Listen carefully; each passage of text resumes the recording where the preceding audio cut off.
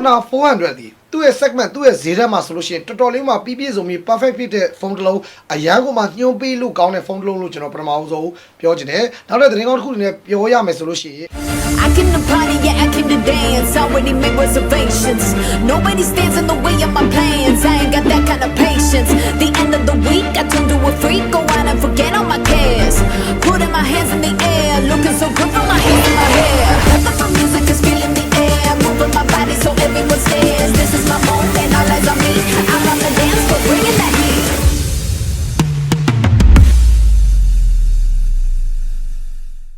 ဒီနေ့ကလိုမျိုးဤပညာမြန်မာရဲ့ခေတ်ကြီးမှာဆိုလို့ရှိရင် smartphone company တော်တော်များများ AI ကိုအသုံးပြုလာကြကျွန်တော်တို့ကတွေ့ရတယ်။ရင်တော့ AI ဆိုလို့ရှိရင်ကျွန်တော်တို့ဒီ smartphone တွေမှာ flagship phone တွေမှာပဲ AI ကိုအသုံးပြုလို့ရပါဘောနော်။အခုနောက်ပိုင်းမှာဆိုလို့ရှိရင်တော့ဒီ entry level phone တွေမှာကော mid-range phone တွေမှာဆိုလို့ရှိရင်လည်း AI တွေကိုအသုံးပြုလာကြကျွန်တော်တို့ကတွေ့ရတယ်။ဒါပေမဲ့တခုရှိတာက flagship phone တွေမှာသုံးလို့ရတဲ့ AI အကုန်လုံးတော့သုံးလို့မရသေးဘူး level တစ်ခုကတော့ကွာနေတော့မဲ့ဆိုတာကျွန်တော်တို့ကတွေ့ရပါတော့။ဒါပေမဲ့ဒီနေ့ကျွန်တော် first impression လုပ်ပေးမယ် online 400မှာဆိုလို့ရှိရင် flagship မှာအသုံးပြုလို့ရ AI features တော်တော်များများကိုဒီဖုန်းမှာအသုံးပြုလို့ရကျွန်တော်တို့ကတွေ့ရတယ်။ဒီနေ့မှာဆိုလို့ရှိရင်တော့ကျွန်တော်ကအသစ်ဆက်ထွက်လာဖြစ်တဲ့ online 400ကိုကျွန်တော် first impression video လုပ်ပေးပါဖြစ်ပါတယ်။ကျွန်တော်ကတော့ Evan ပါဒီဇိုင်းပိုင်းပဲစအောင်နော်ဒီဇိုင်းပိုင်းနေနဲ့ပြောရမယ်ဆိုလို့ရှိရင်အရန်ကုန်မှာ premium ဖြစ်ခဲ့တဲ့အရန်ကုန်မှာဆွဲဆောင်မှုရှိခဲ့တဲ့ Honor 200 300တွေကဒီဇိုင်းပုံစံမျိုးနဲ့ပဲပွဲထွက်လာကျွန်တော်တို့ကတွေ့ရတယ်ဒီ400 series မှာထူးခြားသောအချက်ကိုပြောရမယ်ဆိုလို့ရှိရင်အဓိကတော့ camera band ပေါ့နော် camera band design ကဆိုလို့ရှိရင်ကျွန်တော်အရင်ကဈေးကွက်ထဲမှာတစ်ခါမှမမြင်ဘူးတဲ့ပုံစံမျိုးထူးထူးခြားခြားလေးနဲ့ပွဲထွက်လာကျွန်တော်တို့ကတွေ့ရတယ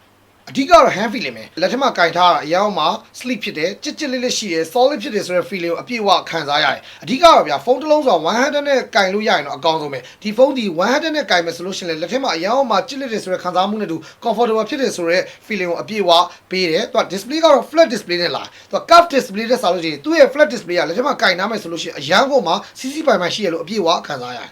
Honor 400က version နေနဲ့တော့2မျိုးလာမှာပေါ့နော်သူက12256 version อ่ะဆိုလို့ရှိရင်အယောင်လေးနဲ့2ယောက်လာတယ်ကျွန်တော်လက်ထက်မှာကင်ထားတဲ့ Desert 6ဆိုတဲ့အယောင်မှာလှပတဲ့ရွှေအောင်လေးရဲ့ Midnight Black ဆိုတဲ့အယောင်လေးရဲ့ဆိုပြီးတော့2ယောက်လာမယ်ပေါ့နော်သူက12512မှာဆိုလို့ရှိရင်တော့အယောင်လေးနဲ့စုစုပေါင်း3ယောက်လာမယ်ကျွန်တော်ကင်ထားတဲ့ Desert 6ဆိုတဲ့အယောင်မှာလှတဲ့အယောင်လေးရဲ့ Midnight Black ဆိုတဲ့အယောင်လေးရဲ့နောက်တစ်ယောက်ကကျတော့ Title Blue ဆိုတဲ့အပြောင်လေးရဲ့စုစုပေါင်း3ယောက်လာတာကျွန်တော်တို့ကတွေ့ရဝိတ်နဲ့ပြောရမယ်ဆိုလို့ရှိရင်တော့164 gram ရှိတယ်အထူအနေနဲ့ပြောရမယ်ဆိုလို့ရှိရင်တော့ critical 3 mm ပဲထူတယ်အဓိကသဘောကျအချက်ကိုပြောမယ်ဆိုလို့ရှိရင်ဒီဖုန်းရဲ့ဘေးပေါင်နော်ဘေးပေါင်ပါစဲကိုကြည့်လိုက်ပါလေးမှာတကယ်ကိုပါလေးကျွန်တော်ထင်တာမမလို့ရှိရင်1 mm လောက်ပဲထူရလို့ခံစားရတယ်အရန်ကမှ full view ဖြစ်တယ်ဆိုတဲ့ express ကိုအပြည့်အဝရပါတော့ပြောမယ်ဆိုလို့ရှိရင်ဒီဘေးပေါင် bezel နဲ့ဒီ display နဲ့ဒီ build quality ကိုကြည့်ရတာဆိုလို့ရှိရင် Honor 400က premium ဖုန်းတစ်လုံးရဲ့ feeling ကိုအပြည့်အဝအောင်မှခံစားရစေဆက်ပြီးတော့ပြောရမှာဒီဖုန်းရဲ့အားသာဆုံးစိတ်ပိုင်းဖြစ်တဲ့ကင်မရာကြောင်းလေးဆက်ပြီးတော့ပြောပြချင်တယ်နော်ကျွန်တော်မှတ်မိပါသေးတယ် Honor 200 series တော့ဆိုတော့ကျွန်တော်ဗီဒီယိုတွေလည်းအများကြီးလုပ်ခဲ့တယ်အဲ့ဒီတုန်းကလည်း Honor 200 series ရဲ့200 megapixel ကင်မရာကအရန်ကိုမှ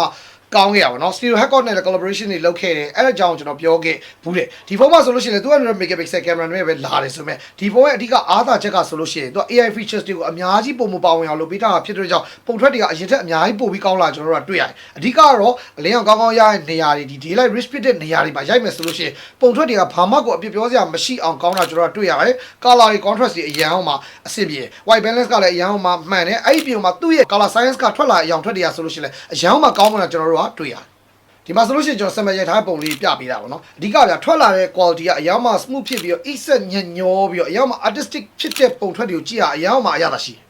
နောက်တဲ့သဘောကျအချက်ကိုပြောရမယ်ဆိုလို့ရှိရင်တော့ဒီဖုန်းရဲ့12 megapixel ultra wide ပေါ့နော်သူက12 megapixel ultra wide ကလည်းဒီ ultra wide ပုံတွေရိုက်မယ်ဆိုလို့ရှိရင် ultra wide ပုံကောင်းတွေကိုဖန်တီးလို့ရကျွန်တော်တို့ကတွေ့ရတယ်အဓိကတော့ဒီဖုန်းရဲ့အဓိကအားသာချက်ကတော့ AI features လို့ပဲကျွန်တော်တို့ပြောရမယ်ပေါ့နော် AI features လို့ကျွန်တော်တို့ရင်တုန်းကဒီဖုန်းဒီမှာတွေ့ခဲ့ဘူးတဲ့ဗျာဟို background လေးနည်းနည်းဖြတ်ပလိုက်တာတို့ဟိုနာအယုတ်ကိုဒီဘက်ကိုပြန်ရွှေ့တော့အဲ့ဒီလောက် features တွေကတော့လုံးဝပါတာဆိုတာအထင်ရှားပဲပေါ့နော်ကျွန်တော်အခုပြပြမယ့် AI features လေးကအားလုံးလည်းသဘောကျလိမ့်မဲ့ AI features လေးလို့ကျွန်တော်ယုံကြည်တယ်အဲ့ဒါဘာလဲဆိုတော့ AI image to video ဆိုတဲ့ features လေးပေါ့နော်အဲ့ features လေးရဲ့အလုံးလုံးပုံကဘယ်လိုလဲဆိုတော့ကျွန်တော်တို့ဗျာဒီလိုမျိုး stay ရိုက်ထားတဲ့ဓာတ်ပုံတွေကိုကျွန်တော်တို့5 seconds စာ video လေးဖြစ်ပြောင်းလိုက်လို့ရတယ်ဆိုကြပါစို့ကျွန်တော်ကကန်းချီရောက်နေဗျာတကယ်ချင်းတွေအားလုံးနဲ့အတူတူကျွန်တော်တို့အမှတ်တရဓာတ်ပုံလေးရိုက်ထားတယ်အဲ့ဓာတ်ပုံလေးကိုကျွန်တော်တို့ video ဖြစ်ပြောင်းလိုက်လို့ရတယ်အရင်တော့ဆိုလို့ရှိရင်ကိုအမှတ်တရရိုက်ထားတဲ့ memories လေးတွေကလုံးဝ stay ပုံနေနဲ့ရှိနေရနေပြီးတော့5 seconds စာလောက် motion ဖြစ်သွားတာဖြစ်တဲ့ကြောင့်ကိုယ့်ရဲ့အမှတ်တရတွေပုံမလှုပ်ရှားအသက်ဝင်နေမယ်လို့ကျွန်တော်စိတ်ထဲမှာတော့ခံစားရပါတော့ဆိုတော့ဒီ features လေးကိုကျွန်တော်သဘောကျဆုံး features လေးလို့ပြောချင်ပါတယ်ဒီလိုမျိုး social media ခေတ်စားခေတ်ကြီးမှာဆိုလို့ရှိရင်ကျွန်တော်ဓာတ်ပုံကနေပြီးတော့ video ကိုအမှတ်တရပြောင်းလို့ရတယ်ဆိုတဲ့အချက်ကတော်တော်လေးမှကောင်းတယ်လို့ကျွန်တော်မြင်တယ်ကျွန်တော်အခုစမ်းကြည့်ရတော့ဆိုလို့ရှိရင်သူ့ရဲ့ AI generate လုပ်ထားတဲ့ video ဆိုလို့ရှိရင်လည်း motion တွေဗျာ AI နဲ့လုပ်ထားရလို့မထင်ရလောက်တော်တော်လေးမှ smooth ဖြစ်တာကျွန်တော်တို့ကတွေ့ရတယ် display နဲ့ပြောရမယ်ဆိုလို့ရှိရင်တော့6.55လက်မရှိတဲ့ display မှာ AMOLED screen နဲ့လာမယ်ဆိုတော့ screen နဲ့ဆိုလို့ရှိရင်တော့ 1.5K resolution နဲ့လာမယ် pixel density နဲ့ပြောရမယ်ဆိုလို့ရှိရင်တော့ 460 ppi ရှိရကျွန်တော်တို့တွေ့ရတယ်Honor 200မှာလည်း display ကကောင်းပြီးသား400မှာဆိုလို့ရှိရင်ပို့ပြီးတော့ကောင်းသွားတဲ့ check လေးရှိပါတော့ပထမဆုံးမြင်တောင်ပြောရမယ်ဆိုလို့ရှိရင်တော့ DCI P3 color gaming ကိုအသုံးပြုပေးထားတာဖြစ်တဲ့ကြောင့် entertainment သုံးမဲ့လူတွေအဓိက game ဆော့မဲ့လူ YouTube ကြည့်မဲ့လူအဲ့အတွက်ဆိုလို့ရှိရင် entertainment consumption အပြည့်အဝခံစားမဲ့လူတွေအတွက်ဆိုလို့ရှိရင်အရင်မှကောင်းတဲ့ display တစ်ချက်လို့ပြောချင်တယ်120Hz memory ပါတာဖြစ်တဲ့ကြောင့် social media scrolling လုပ်တဲ့လူတွေအတွက်ဆိုလို့ရှိရင်အရင်မှ smooth ဖြစ်တဲ့ experience ကိုအပြည့်အဝခံစားရမယ်ပိုပြီးကောင်းတဲ့ချက်ကိုပြောရမယ်ဆိုလို့ရှိရင်တော့ဒီ display ရဲ့ brightness ကဘယ်လောက်ရှိတယ်လဲ9000 nip brightness ရှိတယ်နေအောင်ကြီးမဟုတ်စက်နိုင်နေအောင်အောက်တက်မှာသုံးမယ်ဆိုလို့ရှိရင်လည်းဒီ display ကဟိုကိုမျက်နှာကြီးကိုပြန်မြင်ရတာပါလုံးဝမဖြစ်ဘူး brightness ကလုံးဝလုံလောက်တာကျွန်တော်တို့ကတွေ့ရတယ်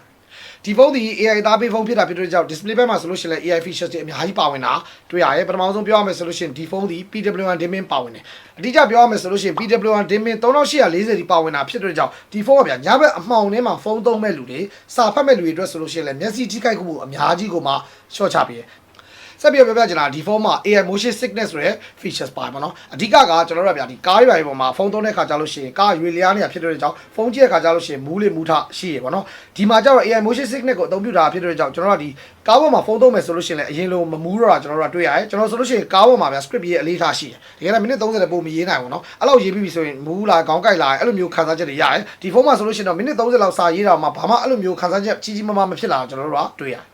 ်နောက်တစ်ခုကကြောင့်ဒီလိုမိုးရည်တွေအတွက်အရေးကြီးတဲ့ features ပေါ့နော်အဲ့ဒါတော့အားလုံးလည်းသိပြီးသားပဲပေါ့နော်ဒီဖုန်းဒီ water resistant ပါဝင်တာဖြစ်တဲ့ကြောင့်ဒီတာမန်ရေဆိုတာမိုးဆိုတာလောက်ကိုဘာမှပြောစရာမလိုဘူးပေါ့နော်ကျွန်တော်တို့ကဒီရေအောက်ထဲကိုဒီဖုန်းက plug ဆိုကျသွားရဆိုလို့ရှိရင်တော့မှကျွန်တော်တို့ကဘာမှမဖြစ်တာကျွန်တော်တို့ကတွေ့ရတယ်အဲနောက်တစ်ပို့ပြီးတော့ channel ချုပ်ပြောရမယ်ဆိုလို့ရှိရင်ဒီအားပြင်းတဲ့ pressure ပေါ့နော် water jet လိုမျိုး pressure နဲ့ထိုးမယ်ဆိုလို့ရှိရင်တော့မှဒီဖုန်းကခံနိုင်ရှိတာကျွန်တော်တို့ကတွေ့ရတယ်ဆိုတော့ဒီဖုန်းတိုင်းတဲတိုင်းမျိုးအဲ့လောက်တော့မှခံနိုင်ကောင်းတာကလည်းကျွန်တော်တို့အခုလိုမိုးရင်းလိုနေရာမျိုးမှာဆိုလို့ရှိရင်လည်းအရောက်မှအဆင်ပြေလို့ကျွန်တော်တို့မြင်ပါတယ်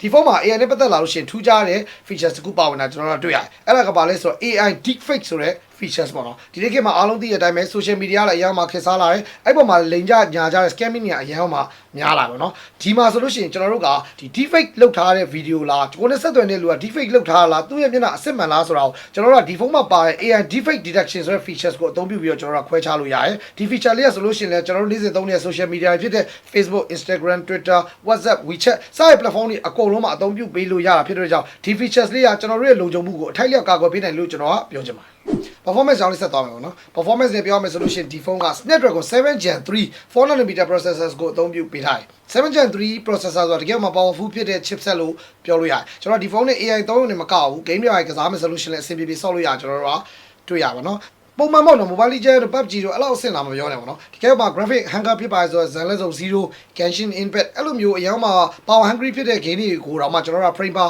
second ငြိမ်နဲ့ frame rate ကောင်းကောင်းနဲ့ကျွန်တော်တို့ကစားလို့ရကျွန်တော်တို့ကတွေ့ရတယ်ဘက်ထရီနဲ့ပြောရမယ်ဆိုလို့ရှိရင်ဒီဖုန်းဒီ silicon carbon battery ကိုအသုံးပြုပေးထားတယ်6000 mAh battery နဲ့လာတယ် silicon carbon battery ဒီ battery နီးပညာထဲမှာဆိုလို့ရှိရင်တော်တော်လေးကိုမှခက်ရှစ်ပြည့်နီးပညာတစ်ခုဖြစ်တယ်လို့ battery life ကလည်းတကယ်ကိုမှကောင်းတယ်လို့ကျွန်တော်ပြောချင်တယ်အားလုံးပဲဆိုလို့ရှိရင်ဒီဖုန်းက 80W online super charge နဲ့လာတယ်သူက0ကနေပြီးတော့ 40T အားဝင်ဖို့အတွက်က15မိနစ်ပဲကြာတယ်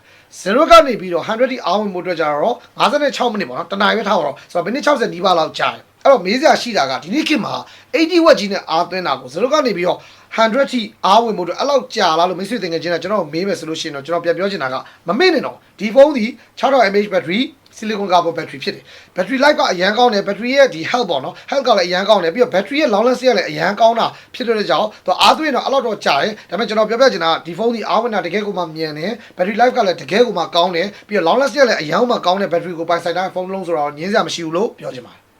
Farid ပေါ့နော်အချုပ်တင်ပြောရမယ်ဆိုလို့ရှိရင်တော့ online number series ဖုန်းတွေကတကယ်ကိုမှကောင်းတဲ့ဖုန်းတွေဆိုတာကျွန်တော်မှ experience အများကြီးရှိရဲကျွန်တော်ကိုယ်တိုင်လည်းအရင်မှသဘောကျလို့အရင်တော့ review video တွေရော first impression တွေရောကျွန်တော်လုပ်ခဲ့ဘူးတယ်ပေါ့နော်အခုဆိုလို့ရှိရင်တော့ online ရဲ့ 400ကိုကျွန်တော်လက်ထဲရောက်လာတဲ့အချိန်မှာကျွန်တော်ပထမဆုံးခံစားချက်ကိုပြောရမယ်ဆိုလို့ရှိရင်ဒီဖုန်းဒီငကိုတွေကကောင်းပြီးသားအရာတွေအကုန်လုံးကိုပုံပုံပြည့်စုံပြီးတော့ perfect ဖြစ်သွားအောင်သူက AI feature တွေကိုထပ်မှန်ပြီးတော့ပေါင်းထည့်လိုက်ငကိုတွေကပြီးပြည့်စုံကောင်းမွန်ပြီးသားဖုန်းတွေကို AI feature တွေထပ်မံထည့်ပေးလိုက်တာဖြစ်တဲ့ကြောင့်ကျွန်တော်ရဲ့နေ့စဉ်ဘဝတွေမှာဆိုလို့ရှိရင်အရန်မှပို့ပြီးတော့လွယ်ကူချောမွေ့သွားတယ်ဒီနေ့လိုမျိုး social media အရန်ကိုမှထွန်းကားတဲ့ခေတ်ကြီးမှာဆိုလို့ရှိရင်ဒီဖုန်းမှာပါဝင်တဲ့ AI features တွေကကျွန်တော်ရဲ့ social media life မှာသုံးပါလားကျွန်တော်ရဲ့ business မှာသုံးပါလားအကုန်လုံးပုံမချောမွေ့အောင်အများကြီးကိုမှ ကူညီပေးနိုင်တယ်ပေါ့နော်ငကိုတွေက hardware ဘိုင်း software ဘိုင်းအပြစ်ပြောစရာမရှိအောင်ကောင်းတဲ့ဖုန်းတွေမှာအရန်ကုန်မှာထူးခြားတဲ့ AI features တွေထပ်မံထည့်ပေးလိုက်တာဖြစ်တဲ့ကြောင့်ဒီဖုန်းဒီကျွန်တော်တို့ရဲ့နေ့စဉ်ဘဝမှာအသုံးပြုဖို့အတွက်အရန်ကုန်မှာလွယ်ကူသွားတယ်ဒီနေ့လိုမျိုး social media အရန်ကုန်မှာထွန်းကားခေတ်ကြီးမှာဆိုလို့ရှိရင်ကျွန်တော်တို့ကဒီဖုန်းကိုအသုံးပြုပြီးတော့ကိုယ့်ရဲ့ social media မှာပဲအသုံးပြုမှာလား